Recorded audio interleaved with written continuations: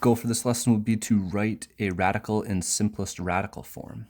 So when we say a radical, that's any expression that's representing the nth root of a quantity.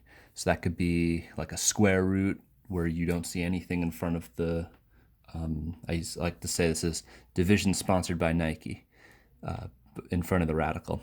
Cube root will have a 3 in front of the radical, and any level root you have will be that number inside the radical, or just inside the check mark here. This quantity that we call the index tells you what level root it is. For Algebra 1, we're mostly going to be working with square roots, so we're not going to see any number inside that check.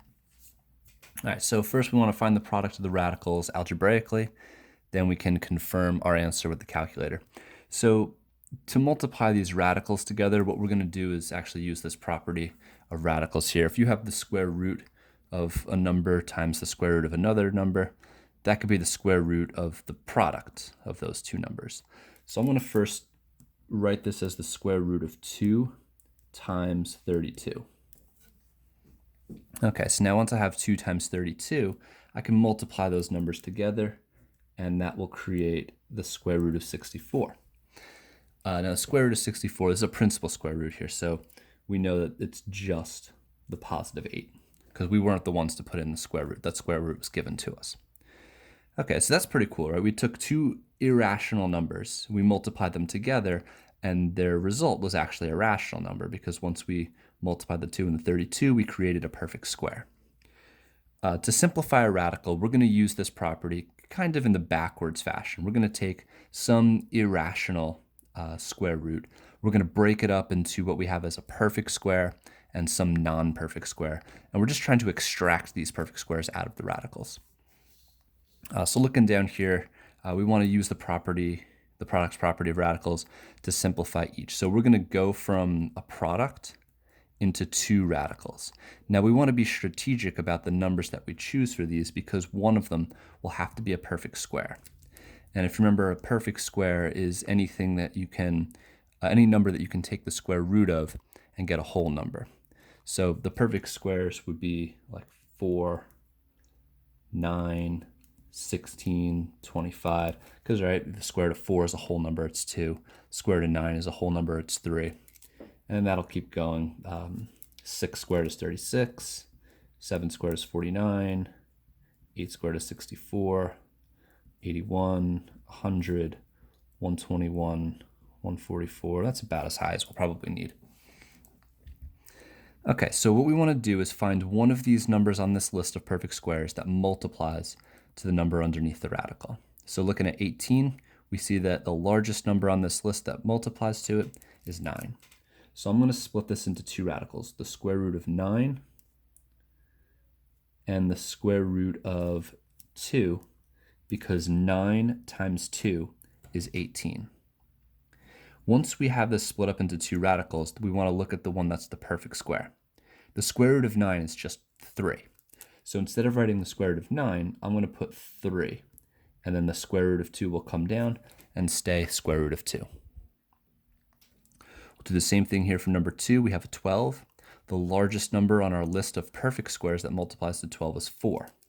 So I'm going to use a 4, and I know that 4 times 3 is 12. So I have two radicals now, root 4, root 3. So I've taken the product 4 times 3, which was the 12, and I've split it up into two radicals, the square root of 4 and the square root of 3. Now I'm going to evaluate the square root of 4. That's 2. And then the square root of 3 will stay the same, and now I have my answer. Sometimes we'll have a number that's outside the radical already. We're going to leave that alone for now, and we're going to split the 32 into the product of two numbers. We can see that 4 goes into 32, but 4 is not the largest number on the list that goes into 32. We're going to use 16. If you do use the 4, it would come out to be something where you could break down the number further. But let's go with the 16 and 2, because 2 times 16 is 32. Also, I like to keep my perfect square radical first, and then the non-perfect square second.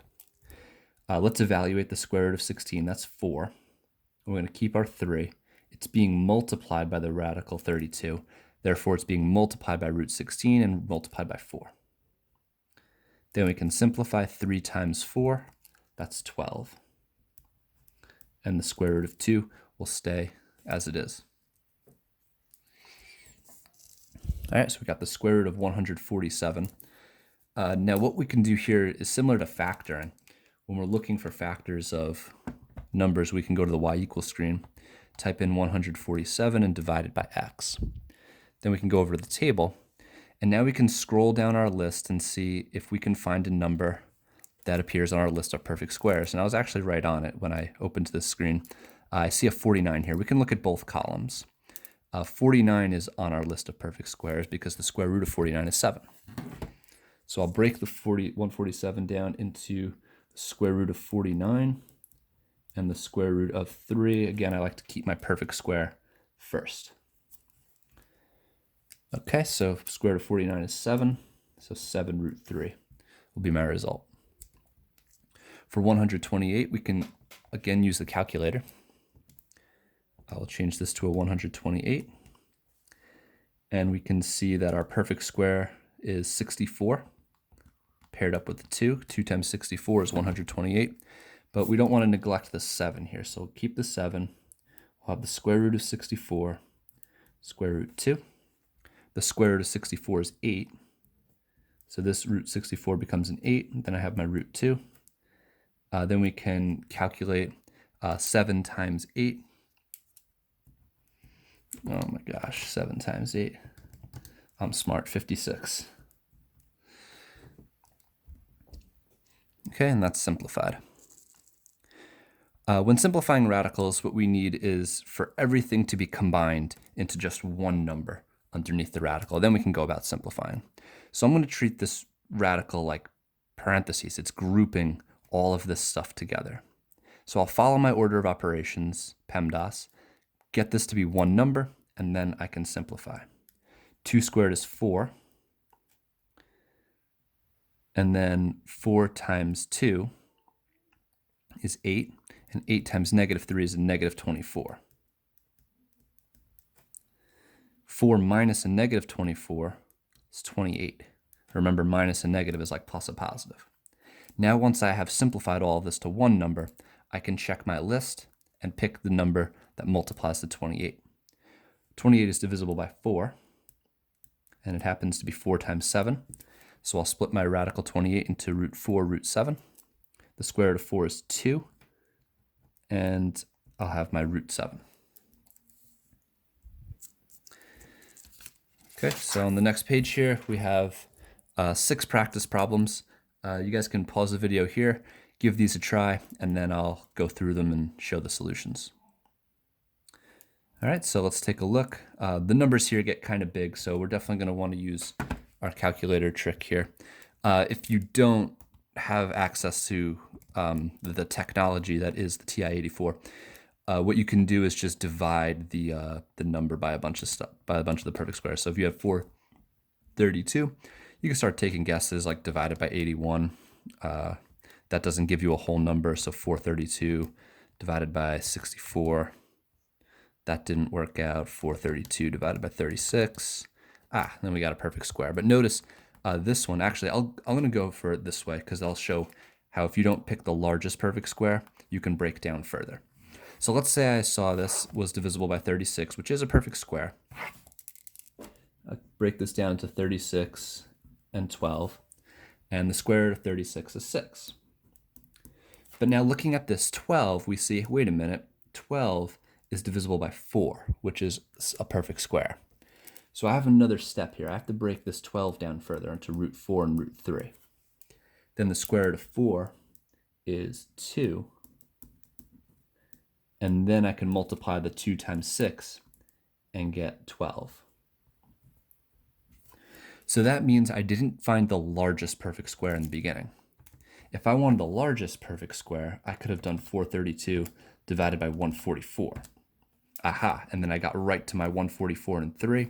The square root of 144 is 12, and there's my 12 and my 3. So I could have cut out a lot of my work if I had found the largest perfect square to begin with. But if you don't find the largest one, you'll still get the correct answer. It just takes a few more steps. All right, so next up we got 320. So for this one, I'll use my y equals screen trick.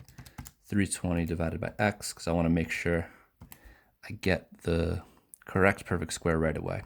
And I see I have 5 and 64. 64 is on my list. So I'll have 3 root 64, root 5.